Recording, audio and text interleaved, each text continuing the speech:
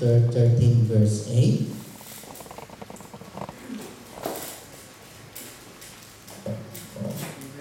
Okay.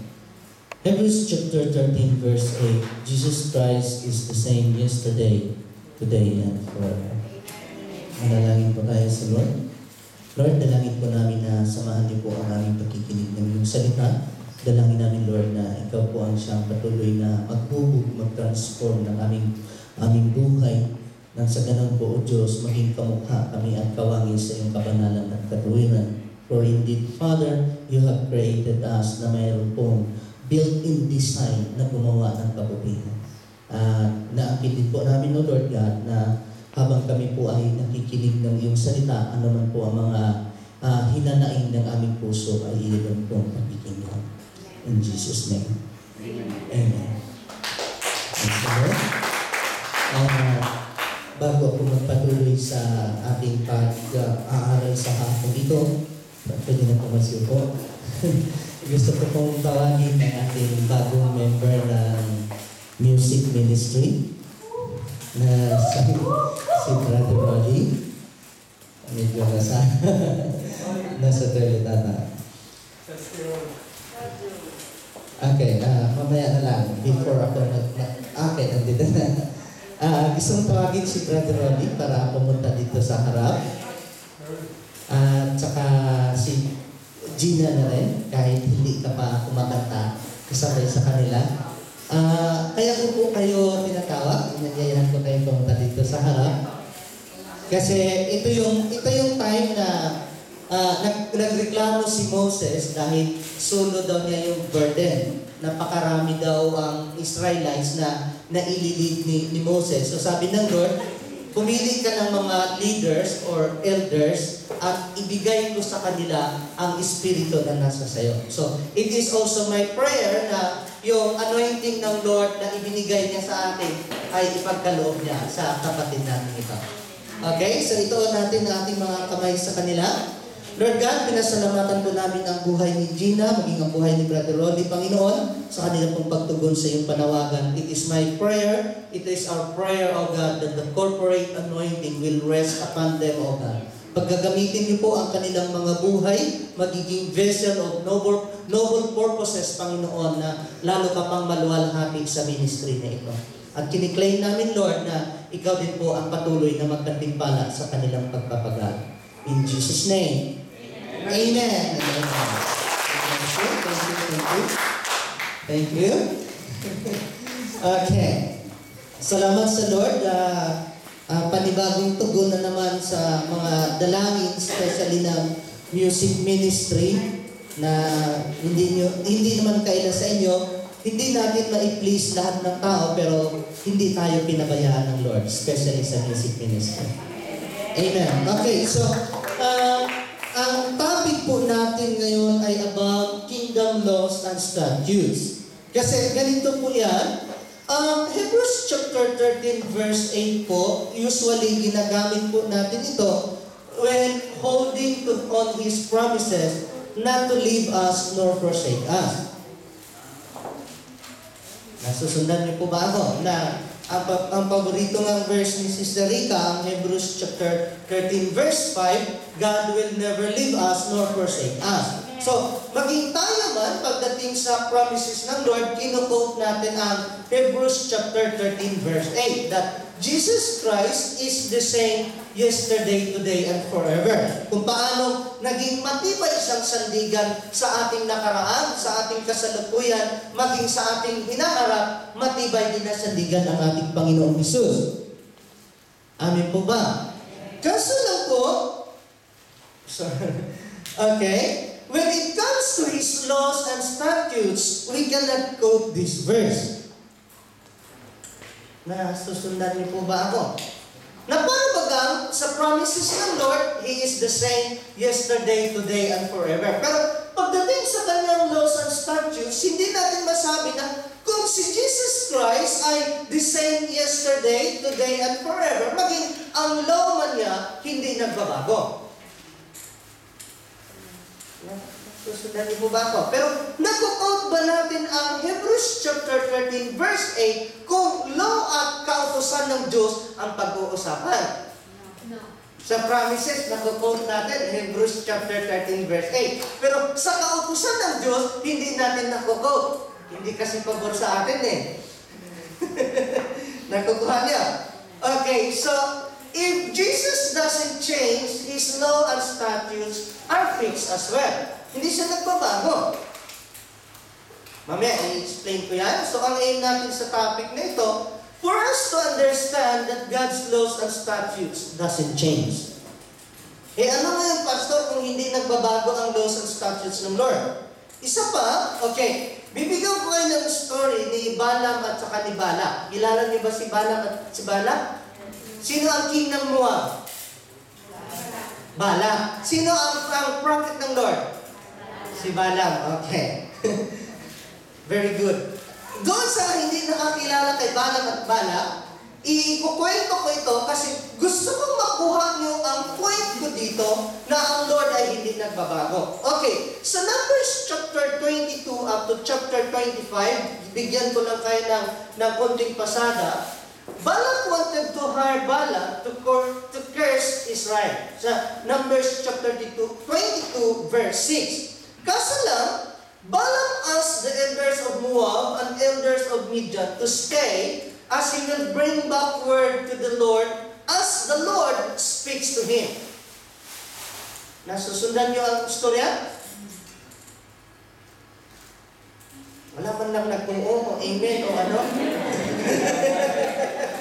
Ang nangyari po kasi, lumabas po ang mga Israelites sa Egypt to occupy the promised land. So, nakita po ng Moab at nakita po ni Balak na nandirito na nga po ang pinangakuan ng Lord to occupy the land. So, gusto ni Balak na i-curse ni Balaam ang Israelites kasi sabi ni Balak, whoever you curse, they will be cursed, and whomever you bless, they will be blessed. So, nais ni Balak na i-curse ni Balaam ang Israel. Okay, ganito po ang nangyari.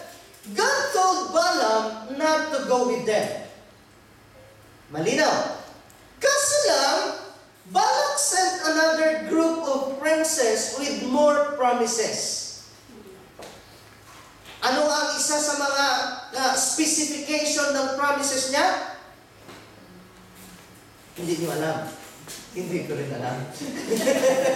Sabi niya, papadalahan kita ng mas marami pang presents and I will honor you. Para lang sumpain ni Balaam ang Israel. Ganito nangyari. Balaam said, I could not go beyond the word of the Lord my God. Nung sinabi po niya na I could not go beyond the word, may interest siyang i-curse? Wala.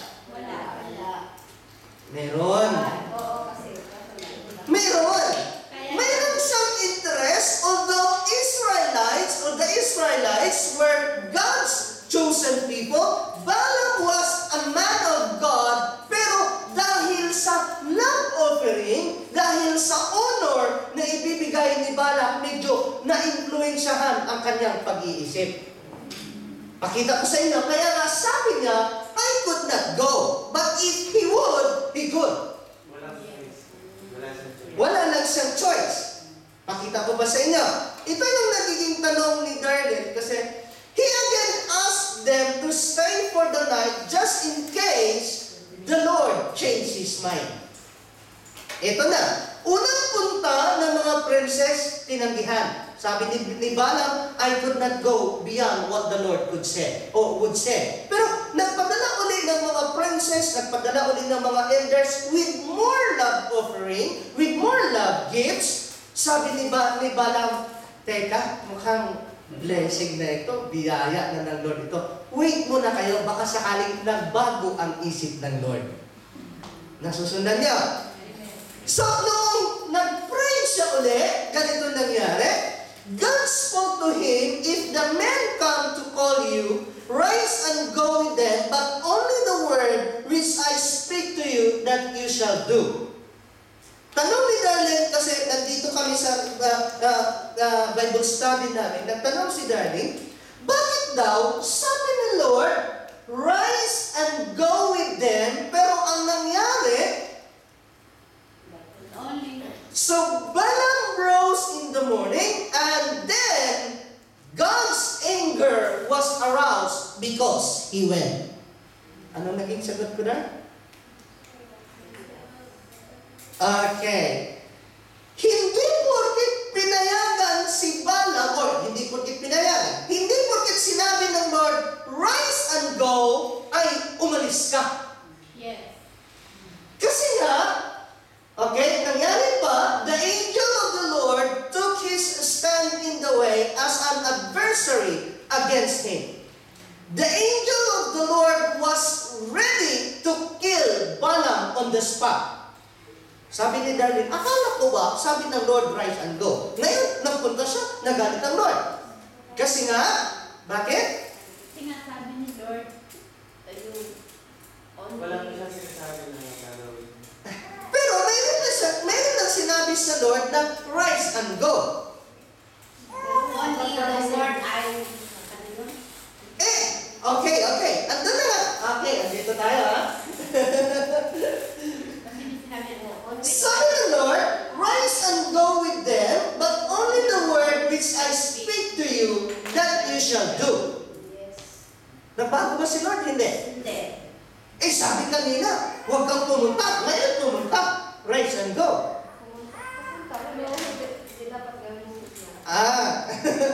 Hindi dapat gawin. Kasi ganito nga. Despite na sinabi ng Lord, rise and go with them, pero mayroong sinabi ang Bible na the anger of the Lord was aroused because he went. Ano nga ang angel ng Lord? Gusto na niyang patayin si Balaam. Kasi ganito yan. Permissive will is not a perfect will. Yung pagpunta ni Balaam is a permissive will but not a perfect will.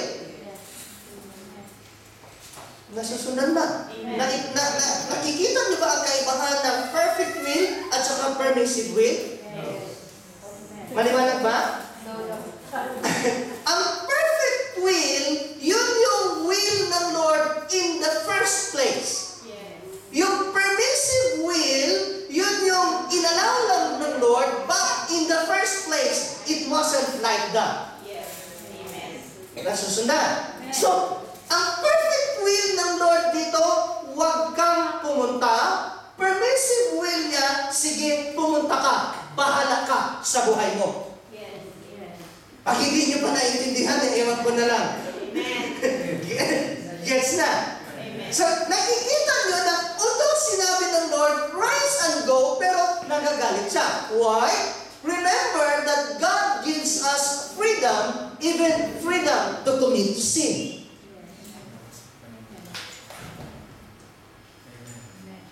Ano ba?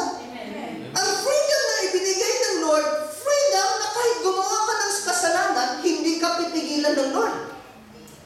Pero, it is not because He allows us to commit sin, He is not angry with it. Nasusundan.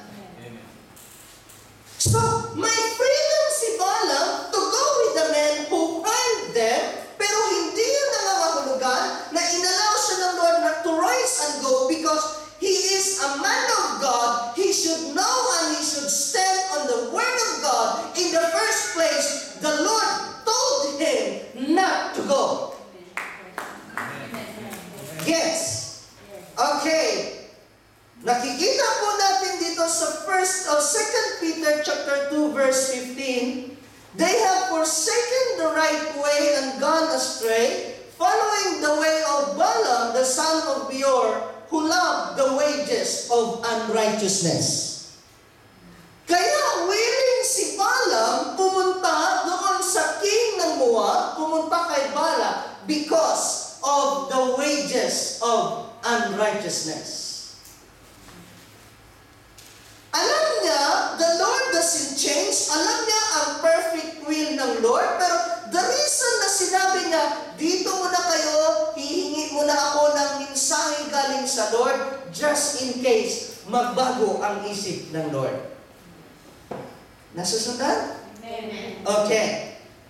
Sabi pa ng Jude chapter 1 verse 11, "Woe to them, for they have gone in the way of Cain, have run greedily in the error of Balaam, for profit, and perished in the rebellion of Korah." So nagkamali po si Balaam, although he was a man of God, for profit's sake. Yes. Hindi lang si Balaam ang nangyaring nagkakaroon ng ganyang pagkakamali. Yes. Yes. For profit's sake, maraming lingkod ng Lord napapalayo sa Lord dahil sa prophet.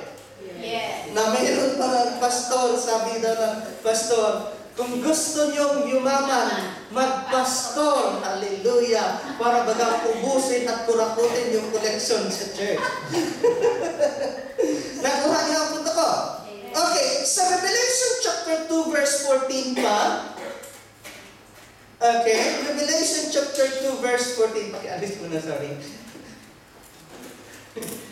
Sabi ng Revelation chapter 2 verse 14, "And I have few things against you, because you have there those who hold the doctrine of Balaam, who taught Balak to put a stumbling block before the children of Israel, to eat things sacrificed to idols and to commit sexual immorality." Kung hindi mo nasubaybayan ang story po nito, wala pong magawa, hindi ma-curse ni Balaam ang Israelites because there was no iniquity among them. The shout, the blessing of the king is among them. Ang ginawa po ni Balaam, binigyan o ni Balaam, in-influensyahan niya, tinuruan niya si Balaam na magkaroon ng stumbling block ang Israelites. Anong ginawa? Anong ginawa sa stumbling block? Okay? They eat sacrifice offered to idols and commit sexual immorality. In-influensyahan po, medyo, ewan ko ba? Sinabi na nga ng Biblia, huwag makipagtalik or huwag kuning asawa yung mga non-Israelites. Ang ginawa ng Israelita, sinunggaban naman yung mga Moabites na mga magaganda. Sabi nila, biyaya ito. Pagkain na daw, lumapit sa manok, pagkain na. Tinapa naman ng mga Israelites. As a result, 24,000 sa kanila ang namatay. Hallelujah. Imagine, maliban pa, hindi nga na-curse ni Balaam ang Israelites, pero binigyan niya ng katuruan si Balak, so in-influensyahan ng Moabites women ang Israelites. As a result, there was a plague. 24,000 ang namatay. Nagtigil lang yung plague kasi mayroong pari na nilitsyon niya. Yung babae, yung Israelita at saka yung babaeng nagsiping, nilitsyon niya. Tinusok niya ng ano ba nga? Sibat o ang anong tawag doon? Spear? Basta. Sibat. Ang sibat, diba ganun lang yung sibat? Pana yun. Pana yun. Ano yung sibat? Ganan. Spear. Yun na yun. So, na-please ang Lord doon sa isang priest na pinatay niya yung Israelita at Moabite woman. So, natigil yung plague. In other words, as is pa rin si Lord kung ano ang sinabi niya noong una. Dito natin naintindihan ang sinasabi ng Numbers 23 verse 19.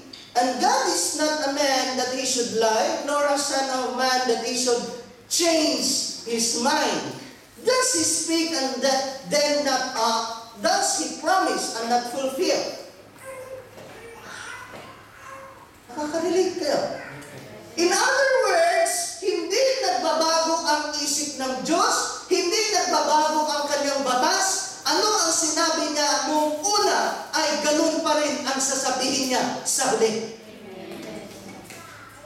Ngayon, medyo maraming away o kahit sa mga magkaibigan, medyo nagkaroon ng alitan kasi kapag kaharap mo, iba yung sinasabi. Pero kapag katalikod mo na, iba naman yung sinasabi. Maliban sa backbiter, medyo nagbago sila. salita. Pero sabi ng Biblia, God is not a man that He should change His mind.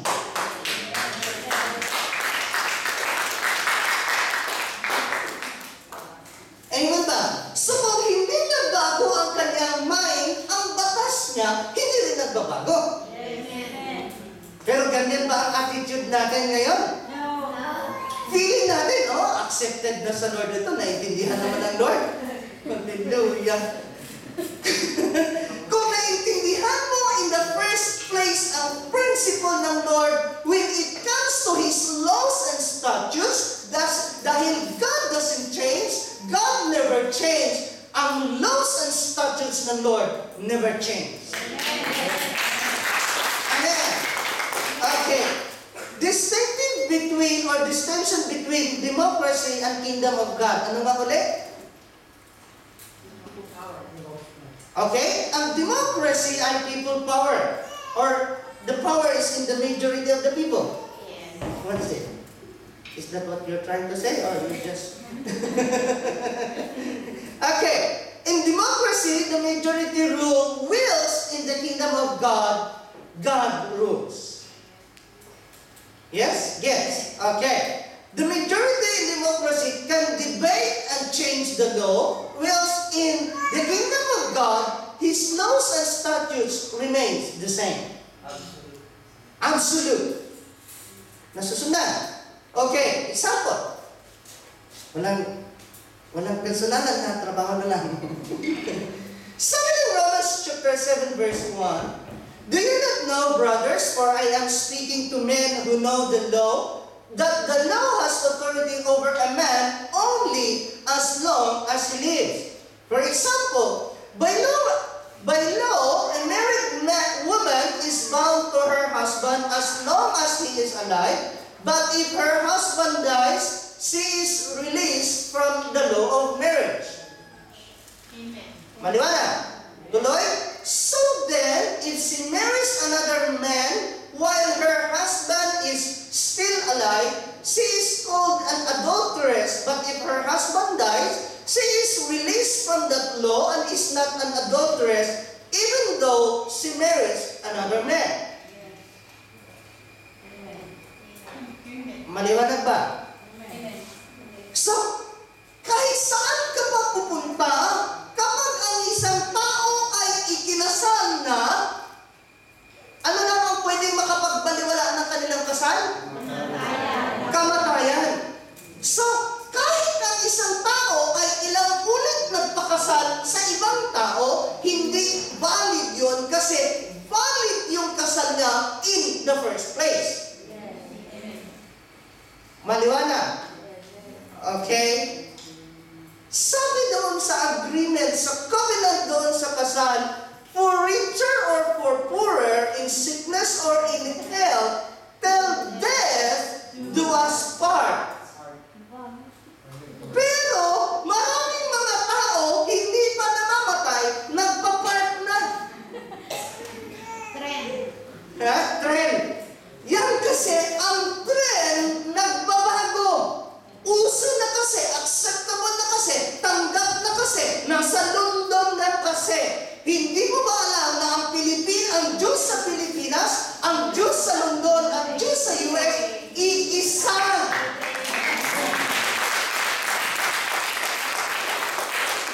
Hindi naman ang Diyos natin, hindi siya mga magulang na, may mga magulang conservative sa Pilipinas. Pero pagdating dito, natatandaan ko, kilala ni Sister Eva ito na yung anak daw niya ang sexy-sexy. Parang hindi lang sexy. Pangit namang sabihin si Dati, pero sabi daw ng magulang, intindihin mo naman, nasa London ang anak mo. Naalala mo? Naalala mo, Sister Rika? Kanina pala nalita ito? So, in other words, dahil nag-iba yung environment niya, sabi niya, nasa London ang anak mo. Para ba ang Diyos na kanyang kinikilala sa Pilipinas ay sabihin ng Diyos sa London, okay, accepted ko na ganyan ang anak mo, na parang liberated na ang anak mo, kasi nasa London na. Approved na. Nasusundan niya. Okay. Now,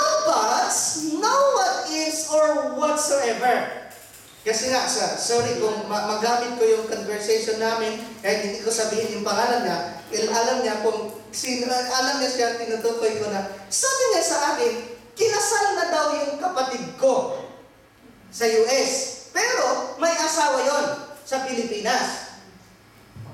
Kinasal na daw yung kapatid ko, para bagang, porkit nagpakasal siya, accepted na. Kahit ilang beses pa siyang magpakasal doon sa lalaki na yon, dahil kasal siya doon sa Pilipinas, may asawa siya. Only death can stop or nullifies the power of the law of her husband. Dahil buhay pa, ang labas niya, adulteress. Yes! Sabi niya, kasi siloso daw yung asawa ng kapatid ko. Walang sinabi ang Biblia na kapag siloso ang mister mo, pwede ka nang mag-asawa ulit ng iba. Hallelujah ka!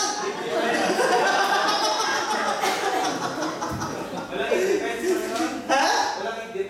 Walang it depends, okay? It didn't say a woman can now marry another man because her husband is a jealous man, kahit sabihin pa natin stupid man, damn idiot man, but he is still your man.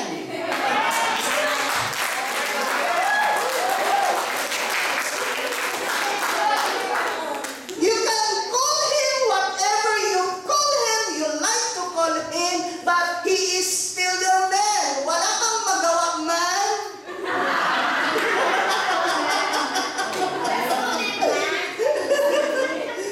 Maliwanag ba? Okay? So, Malachi chapter 2 verse 16, for the Lord God of Israel says that He hates divorce. The Lord God hates divorce. In London, you can do divorce, you can practice divorce as often as you like, but if you are a citizen in the kingdom of God, the Lord hates divorce and His law remains the same.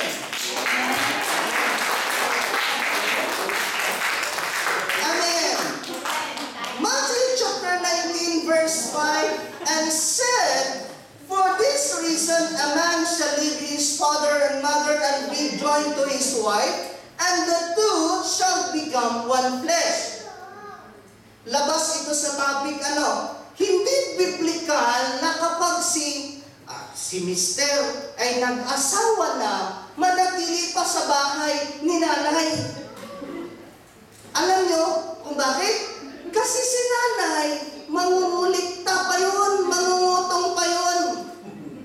Instead na magkaroon ng intact relationship yung mag-asawa, makikisingit pa si nanay. Akala niya, yung mama's boy niya dati, mama's boy niya pa rin. Iba na may-ari ng boy niya.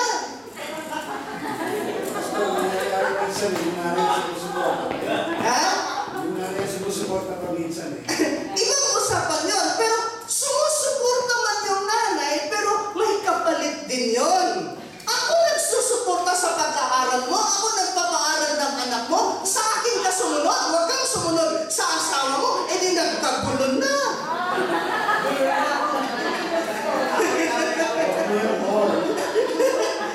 Yes? Okay. Ganito, verse 6, so then they are no longer two but one flesh. Therefore, what God has joined together, let not man separate. Yes, amen. Ang dalawang pinag-isa ng Diyos, huwag paghiwalayin ng tao. Anong ginagawa ng tao? Hinahiwalay. Ha? Hinahiwalay. Third party, pinag-ihiwalay. Hindi, okay. Halimbawa ako, ang buhay ko hindi kumpleto pag wala si Mrs. sa buhay ko kasi kahati ko siya.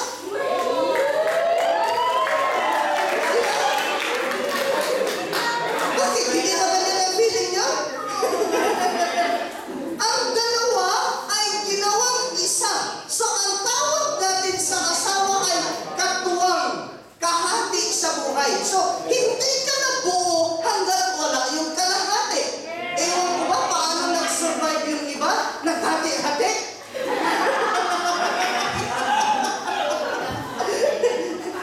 Am I making my point clear?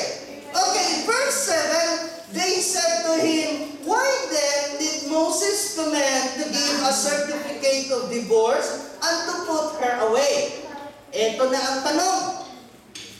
So, sabi ng mga alagad, bakit nagkaroon ng divorce? Verse 8, he said to them, Moses, because of the hardness of your hearts, permitted you to divorce your wives, but from the beginning, it was not so. Yes, amen. In other words, perfect will is different from permissive will. Ang divorce sa Biblia, inalaw ni Moses, but in the first place, it was not so. Tuloy ng Lord sa verse 9, and I say to you, whoever divorces his wife, except for sexual immorality, and marries another, commits adultery, and who marries her who is divorced, commits adultery. Maliwanag. So, pwede daw ang divorce kung ang dahilan ay sexual immorality. Ay, pwede na ba ako kasama?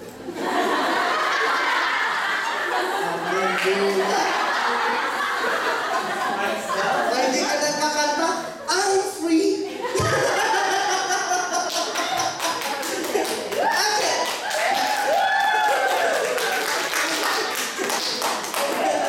Hindi na natin pag-usapan kung may asim ka pa o wala ka. Hindi, example lang example lang. Sa case mo na nasabi mo na i-share mo naman na may babae si mister mo. Kung may babae si mister at nag-divorce kayo, si Mrs. o si Sister Rita pag nag-asawa, walang adultery. Wala siyang sabi. Pero yung asawa niya, may sabi. So in other words, kung sino yung nagkamali, yun yung may adultery. Kung ang faithfulness ng isa, ang reason ng divorce, yung hindi nagkamali, pwedeng mag-asawa na walang adultery. Eh? But the problem is, I really love. Sweet naman.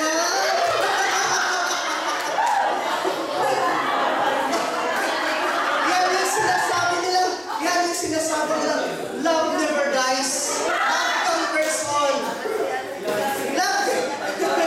Love covers a multitude of sin. Hallelujah. Ito pa ang nagiging problem. Makinig kayo. Hindi ito true to life story, kundi true to life story. True to life story ito. Ang karamihang nagiging reason kung bakit nagkaroon ng third party si Mr. or third party si Mrs. Kasi sabi doon kanina sa verse 5, dapat yung mag-asawa ay nagsasama. Yes. Okay, hindi perfect na manatili kayo sa Pilipinas mag-asawa pero naghihirap. Pero dapat isang consideration mo na kung andito ka, si Mrs. o si Mr. nasa Pilipinas, mayroong chances na makasingit ang third party.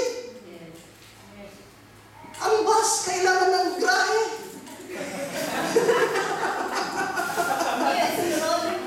Eh? Ano? Nakukuha niyo ba ang point ko? Okay, hindi na perfect na manatili sa Pilipinas o hindi sa lahat ng panahon anong idea na magsama kayo sa hirap at ginawa. Pero yun ang usapan nung una, di ba? Ito, no?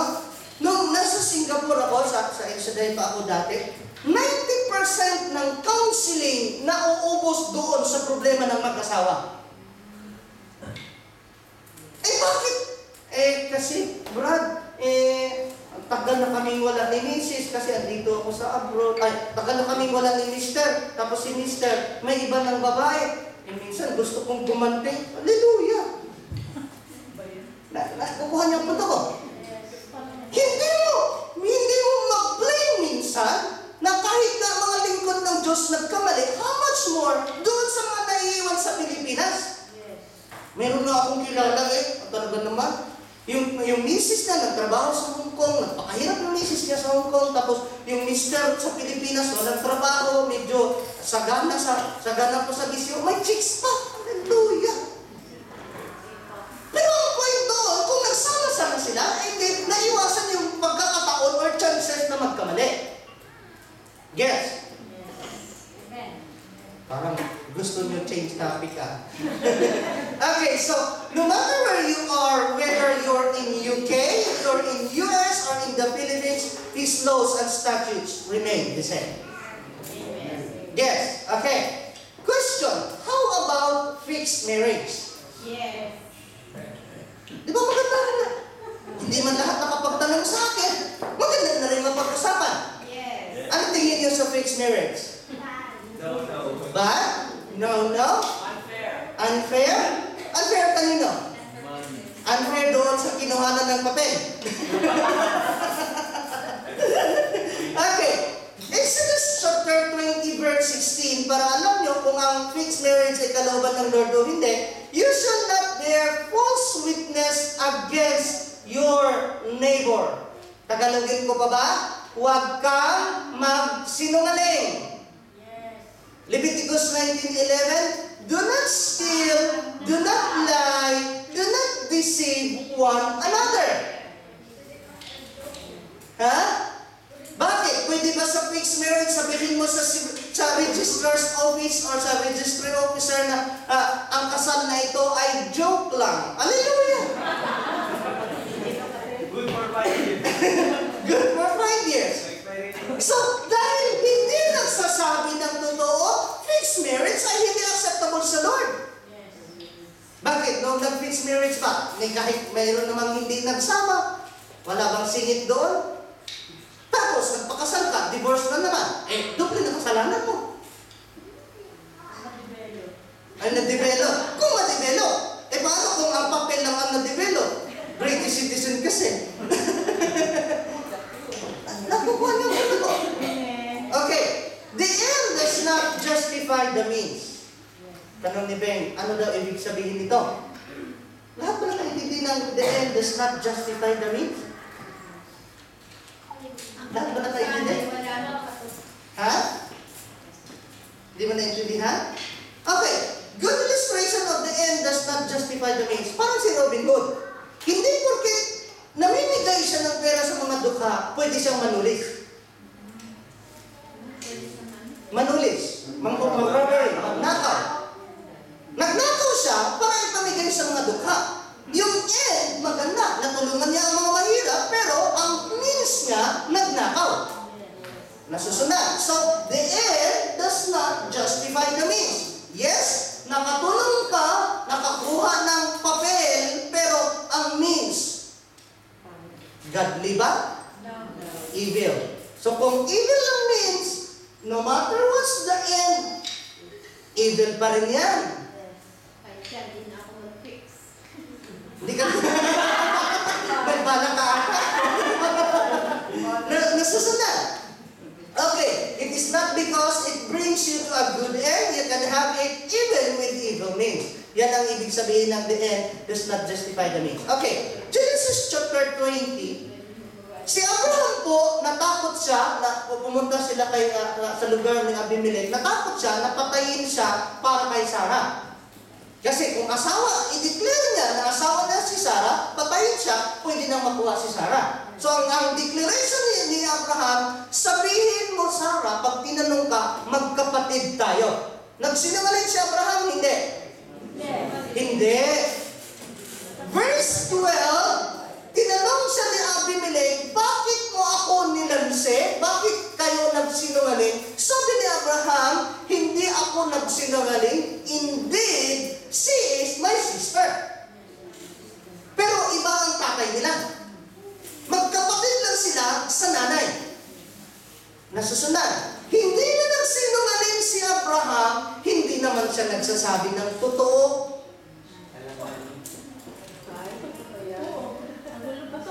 Na? Nasusunod niyo ba ang point ko? Amen. Ganon din ang fixed marriage. Yes.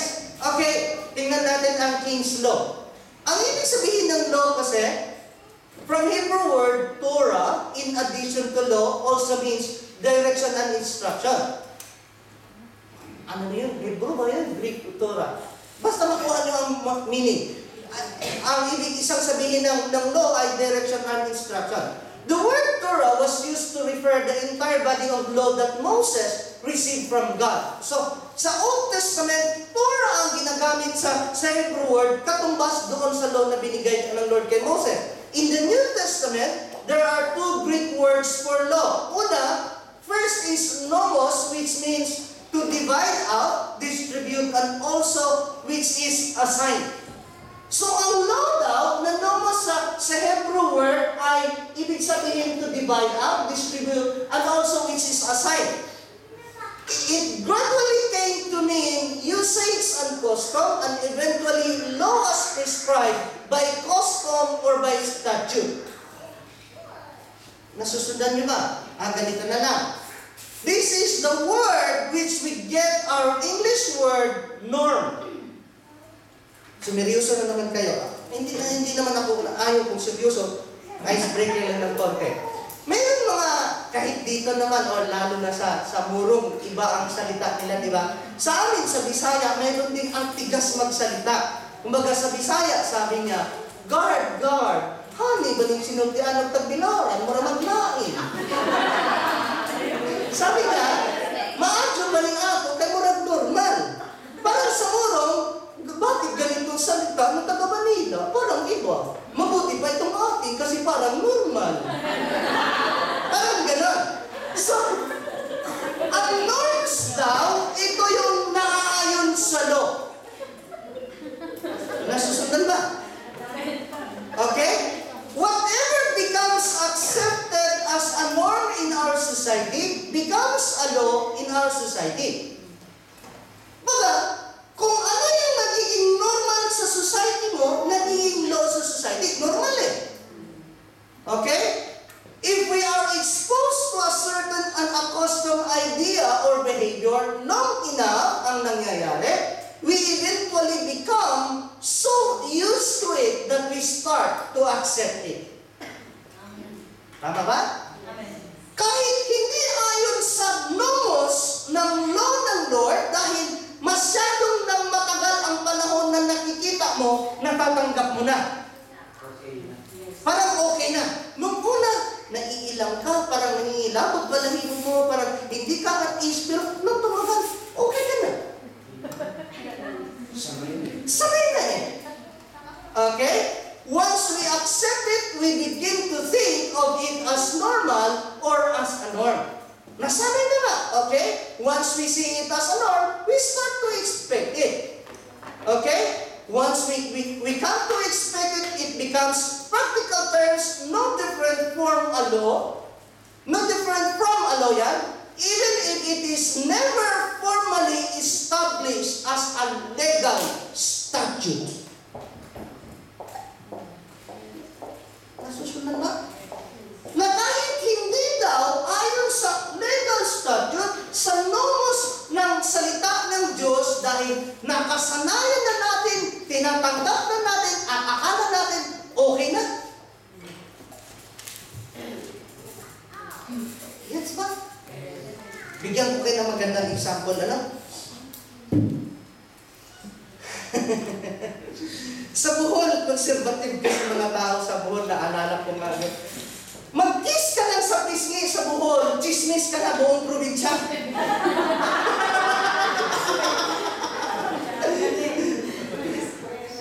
Hindi ko alam kung ganyan pa rin hanggang ngayon, pero nung dumating ng London, kahit taga-Bohol, Allah, hallelujah, nasa labas ng train, nasa loob ng bus, nasa tabi ng bus stop, nagkakagatan, hindi na nahiya. Okay na sa kanila.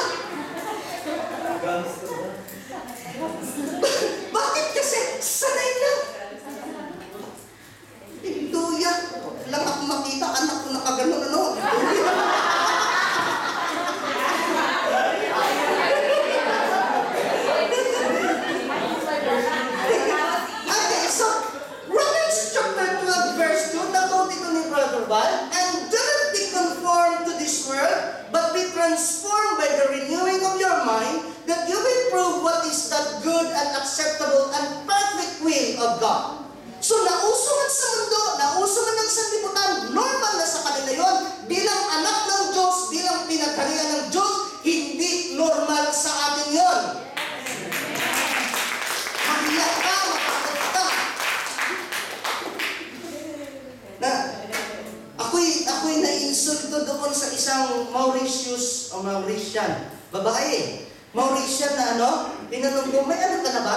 Wala pa. Sabi niya, sabi ko, ano bang religion mo? Kasi biniro ko siya, 20 years na daw silang kasal, wala pa silang anak. Sabi ko, sinubukan mo ba sa iba? Pabiro ko lang ba para kumuha ako ng idea? Sabi niya, no, that my religion doesn't allow it that. So sabi ko sa kanya, you must be a Catholic.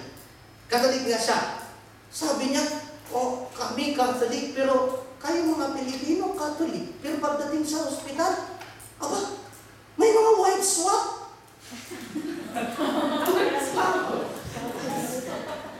Hindi man yung asawa ng isa at asawa ko, nagpalit kami ng asawa, kundi sa isa't isa or sa iba naman.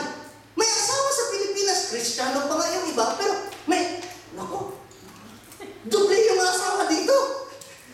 Sa hospital din namin nagtatrabaho, hallelujah. Sabi tuloy niya, ang sama niyo mga Pilipino. Sabi ko naman, huwag mo namang lahatin. Dahil pati tuloy ako. Buti na lang, hindi niya sinabing, ikaw pastor ka pa naman. Ang point ko lang doon, sa kapila ng pagiging conservative sa Pilipinas, pagdating dito, nahawa agad. Apparently ka dyan. Ang poorly mo. Maliwanag na yung punto ko. Okay? Another meaning of nomos is a decreed law established by a state. So, ang nomos ay norm or normal. Another meaning ng nomos na Hebrew word sa New Testament ng law is a decreed law established by a state. So, isinulat ito ng may authority sa state. Okay? The definition applies perfectly to the kingdom of heaven because the kingdom is a state. Yes. For the citizens of the kingdom of heaven, the Bible is the nomos. Sa buhay mo ba? Bible ba ang nomos mo? Bible ba ang normal sa'yo? Baka naman, KJ naman yung Bible na yun, abnormal kayo. Nakukuha niya? Okay. The decree established law of the kingdom that we are pledged and obligated to obey. Yan ang isang meaning ng ano. No wonder, 1 Corinthians chapter 6 verse 9, do you not know that the unrighteous will not inherit the kingdom of God? Do not be deceived, neither fornicators, nor idolaters, nor adulterers, nor homosexuals, nor sodomites, nor thieves, nor covetous, nor drunkards, nor revilers, nor extortioners will inherit the kingdom of God. Laro kaayo. Labihan. So, hindi po porket nasa mundo na accepted na ang fornicators or fornication, dalaga at binata, nagkaroon ng sexual relationship, that is fornication. Sabi niya, nor walang fornicators na nakapasok sa pagkahari ng Diyos. Alam mo naman, pastor, nasa London na tayo, okay na yan. Basbasan mo na lang. Hallelujah. Meron pa nga akong nabalitaan, pastor, mga divorce ikinakasal. Ang reason, kasi magsasama naman daw, basbasan mo na. Para bagang nagiging principal pa yung pastor para magkasala yung mag-asawa. So sabi niya, nor fornicators, idolaters, nor adulterers. So kapag sinabi ng Biblia, adulterer ang status niyan, walang puwang yan, walang excuse sa Lord dyan. Ako ba may sabi niyan? Sabi nila, nanghuhusga ako? No way, ang Biblia may sabi niyan. Pero ganyan ba tayo? Hirap eh. Sa London, liberated na kasi tao dito. Ayan mo na. Meron na ako 16 years old pa lang yung anak niyang lalaki, nag-live-in na sa girlfriend. Mainam na daw yun kaysa magbarkada. Hallelujah.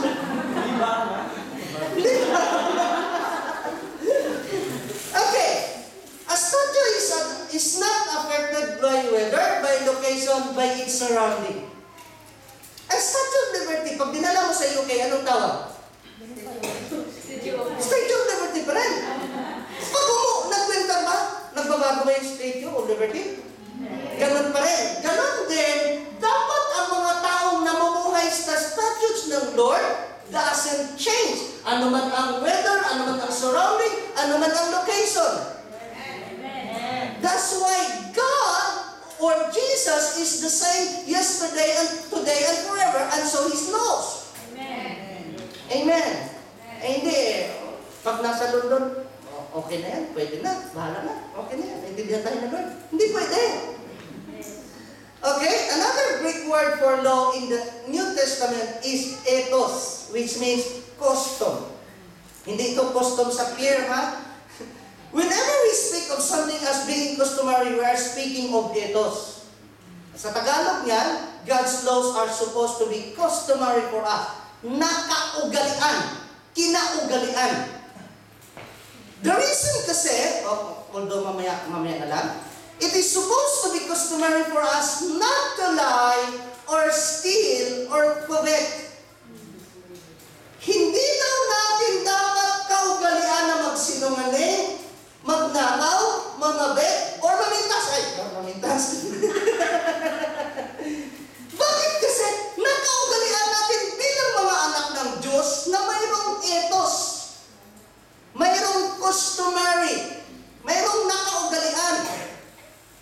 Pangit naman ata yung mayroong mga, ewan ko kung naranasan niyo yung matulog tapos na nagilid kayo na bigla kayong mapaganon.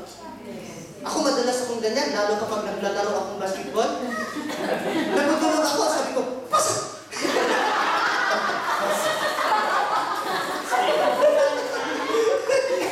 Mabuti na lang, mahilig kasi ako mag-boxing, mabuti na lang, hindi boxing na panaginipan ko. Joke ako, si Mrs. pala katabi ko, hallelujah. Ang gusto ko sabihin dyan, may mga nakaugalian ka na, kahit hindi mo iniisip, ginagawa mo. Nasusundan ba? Ganon din ang ethos, ang Biblia, ang batas ng Diyos. Kapag nakaugalian, kahit hindi mo na iniisip, nakaugalian mo na automatic na yan. I-explain ko pa yan? It is supposed to be customary for us to forgive and to love our enemies. Hindi tayo dapat mag-struggle dyan. Bakit kasi ethos nga yan customary na nga yan Kung hindi mo custom, hindi mo nakaugalian ang magpatawad, ewan ko kung kaninong kaharian ka. Okay? Reason why there was no written law in the garden. Written law is only necessary when natural law is absent. Ano naman yung natural law, Pastor? Sige nga. Okay, wala na akong oras. Ang natural law kasi, built-in sa puso natin yon. Na in the first place, ang covenant ng Lord, Jeremiah 31:34, I will write my laws in their heart. Hindi sa bato. So, noong ipinanganak tayo, may built-in design na tayo na natural law. Kaso lang, nung nagkasala si Adam and Eve, nawala sa atin yung built-in na natural law. So, ginawa ang written law kasi nga nawala ang natural law. If we human beings were all law-abiding by nature, there would be no need for written law. Amen ba? Okay?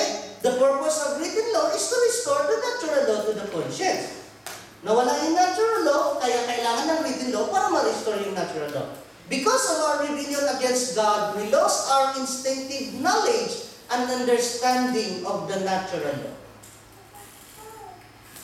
Para bagang ngayon na sa sobrang influensya ng surrounding sa kapaligiran natin na masyadong malakas yung influence ng world system, parang nakukonfuse na maraming Kristiyano kung alin ang tama, alin ang normal, at alin ang hindi.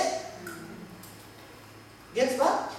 Hindi ako manin sa reaction niya. Parang sinasabi niyo, Pastor, lampas ka na naman. Our conscience became corrupt and our likeness to our Maker became tarnished and distorted. Nagiging dull, nagiging distorted. Kumbaga, may kulay pero nahawakan na dry na yung kulay niya. Ephesians chapter 4 verse 23, and be renewed in the spirit of your mind, and that you put on the new man which was created according to God in true righteousness and holiness. Nung nilikha naman tayo ng Diyos, nilikha tayo sa kanyang kabanalan at katuwiran. Okay? So again, the purpose of written law is to restore the natural law. The norms, customs, as God intended in us in the first place. Maliwanag? Amen. Okay. Challenge. Are you trying to conform yourself to the laws, statutes, norms, customs of the king? O gusto mo ang king mag-conform sa'yo? Or is it you that wanted them to conform to your wishes and culture? So, again, Hebrews chapter 13, verse 8, Jesus Christ is the same yesterday, today, and forever. His perfect will ay the same pa rin hanggang ngayon. Inayayaan ko po kayo tumayo. Hallelujah. Lord, kami po yung nagpapasalamat at patuloy mo kami tinutuwid, Panginoon. Salamat sa iyong mga salitang pahatid, Lord. Salamat, O God, na patuloy mo kami pinaalalahanan. And the result of your word, O God, ay nakasalalay sa aming kamay. You never cross our freedom, our free will, O Lord. Inu-influensyahan mo lang kami, pinapadalhan mo kami ng mga messengers, pinapadalahan mo kami ng mga tagahatid ng iyong salita para ma-restore ang natural law na ginunin sa aming Panginoon. Lord, we pray, ano man yung aming mga pagkakasala sa iyong harapan, patawarin niyo po kami, Lord God. Sabi nga ng 1 John chapter 1 verse 9, you are faithful, O Lord, and if we confess our sins, you will forgive all our sins in Jesus' name. Tulungan niyo po ang bawat isa sa amin, Panginoon, ano man po yung mga struggles namin. Ano man yung mga kahinaan namin, Lord, especially sa mga pagkakamali na paulit-ulit namin ginagawa. Bigyan niyo po kami ng kalakasan, Panginoon, para mapagtagumpayan po namin ang lahat ng ito.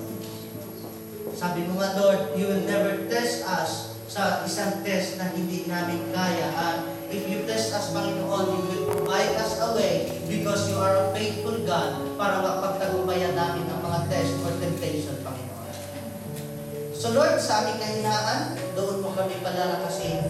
As Paul said, in our weaknesses, your strength has been made perfect, O Lord. Masasabi mo namin, Lord God, na by the strength that you have given us, we can do all things. Hindi naman po talaga mahirap sumunod sa iyong kalooban, Panginoon, kung ipasakop lang namin ang aming mga sarili sa iyo. Nagiging mahirap ito, Lord, kasi ini-insist namin yung aming sariling wishes, sariling kagustuhan. Pero sabi mo nga, Lord, sa pinahod ng iyong likod na si Brother Bal, the desires of the flesh is contrary to the desires of the Spirit, but we should not walk to the desires or fulfill the desires of the flesh, but we should walk according to your Spirit. And Lord, inaangkin po namin na ikaw ang siyang patuloy na magbubog sa amin. Parang isang sculptor, Panginoon, parang isang gumagawa ng rebulto na ikaw ang siyang unti-unting nagtitibag ng mga pag-uugali, mga attitude, mga pananalita, pag-iisip na hindi ka naaayon sa iyong kalooban ng sa ganun. Panginoon, pagdating ng araw sa aming pagharap sa iyo, kami po ay magiging perfect, blameless. Walang wrinkles, Panginoon, walang bulubot. Kundi perfect kami, Panginoon, because the reason na kami ay pinakatiran mo ng iyong salita, piniprepare mo lamang kami sa aming pagharap sa iyo. Itanim mo sa aming isipan, Lord, na sinasabi mo, be holy, for I am your God, is holy. And Lord, pinapasailalim po namin, sinasakmit po namin ang aming sarili sa iyo, sa bagay na hindi namin kayang gawin, ikaw ang siyang kumilos sa buhay namin. Masasabi na lamang po namin, Lord, binabago mo kami sa araw. Hindi pa kami perfect sa ngayon. Hindi pa kami, we are not what we ought to be. We are not what we are supposed to be, Lord.